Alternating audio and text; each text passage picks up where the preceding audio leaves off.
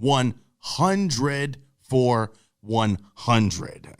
This is the podcast where I took 100 films that I think every new movie watcher should definitely check out. Definitely put it on your list of things. If you don't know what you want to check out, you know you want to watch some movies, you're not sure what, this is the list it goes to.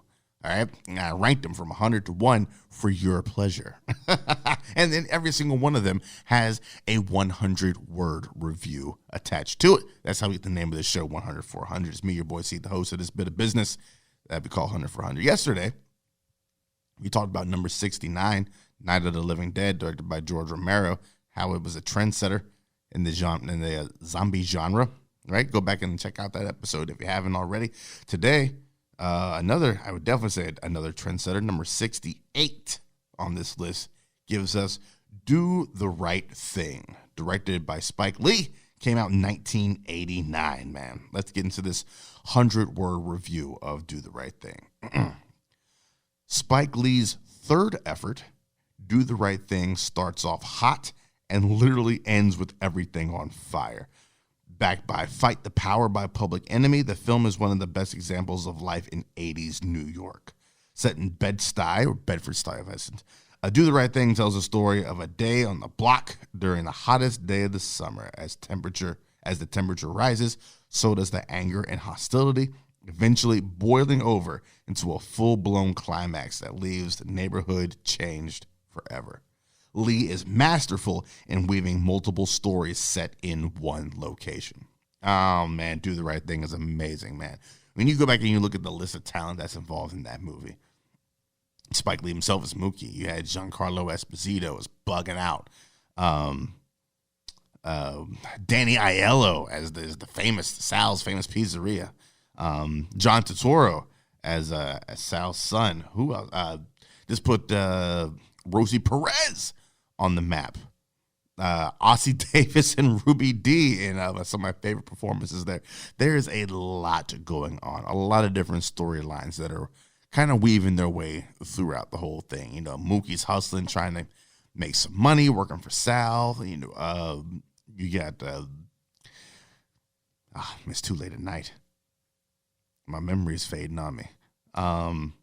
Rosie Perez out there complaining that he doesn't spend enough time with his kid, but he's too busy working so he can provide for his kid, which doesn't give him a lot of time to spend with his kid. You got Ossie Davis just trying to catch the affections of his actual real wife and real life, Ruby Dee. She's not having this drunken buffoonery antics. You got John Turturro trying to convince Danny Aiello there that he needs to pack up and leave the hood when Sal knows the hoods accept him as one of their own.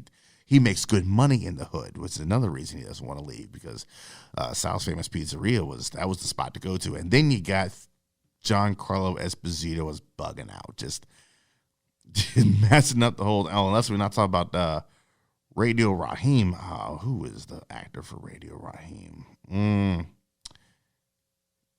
It's slipping, man. This is what happened. Bill Nunn. There we go. Whew. Had to pull that one out. Bill Nunn, Radio Raheem.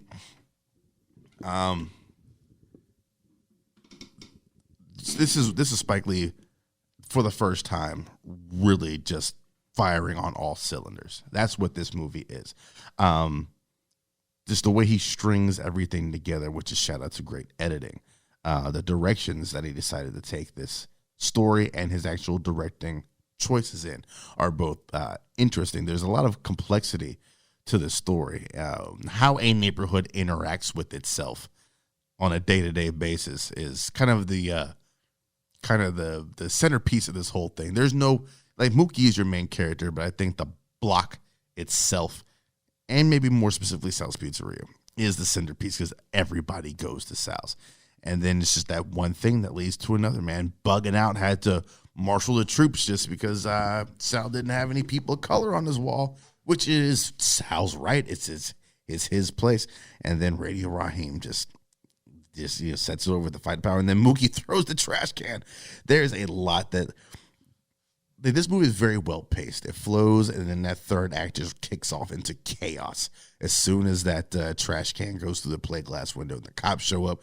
What happens. I don't want to spoil it if you haven't seen it. Yeah, I mean, it is, and just as abruptly as everything ramps up, everything just kind of ramps down and it ends. it is a wonderful movie. If you've not seen Do the Right Thing, it is staple viewing in my household. Let me put it that way.